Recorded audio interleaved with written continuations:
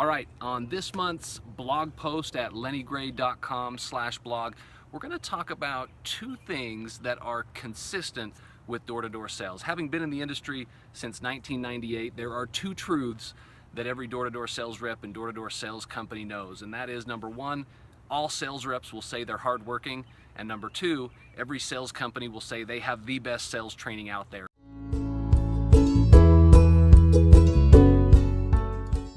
Next month, we're going to talk about the latter. We'll talk about sales training. This month, I want to focus in on this idea behind every sales rep saying that they are a hard worker. Having interviewed hundreds of sales reps over the years, obviously I hear this time and time again, probably up in the 80, 90 percentile. If you say, hey, what quality do you have that's going to make you a really good door-to-door sales rep? 9 times out of 10, somebody's going to say, I'm a hard worker.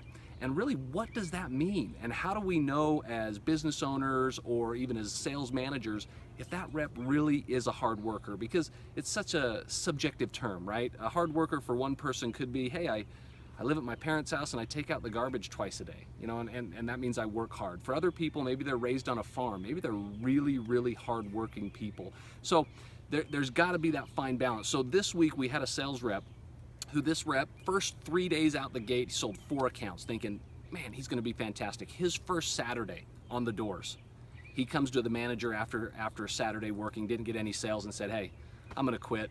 People were mean to me today. For real, that's what he said. People were mean to him, so he quit, he went home.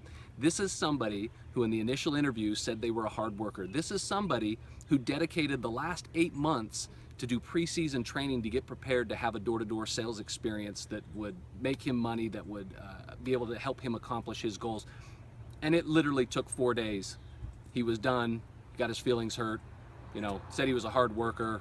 It was a little bit too much for him and he left. So really, as an owner of a company, how can we really dig in and find out who's a hard worker and who's not? I found 3 things that I think will be very helpful in you as you strive to find out those people that are hardworking or not.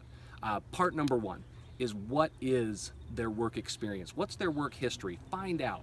You know, have they held a job? How long have they been at that job? What were the requirements of that job? Again, do they have some sense, besides just, you know, doing chores around the house, of work experience? I think number 2 is, what kind of competitive environments have they been in?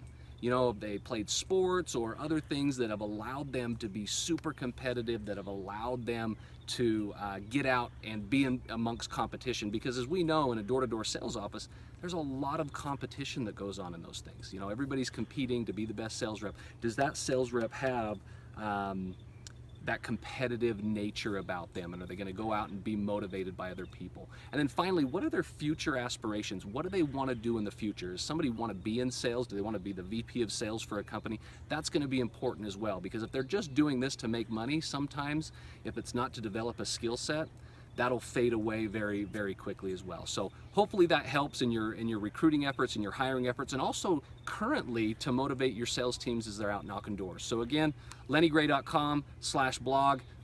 Tune in for next month's blog. We'll talk a little bit more about sales training and really what makes good sales training.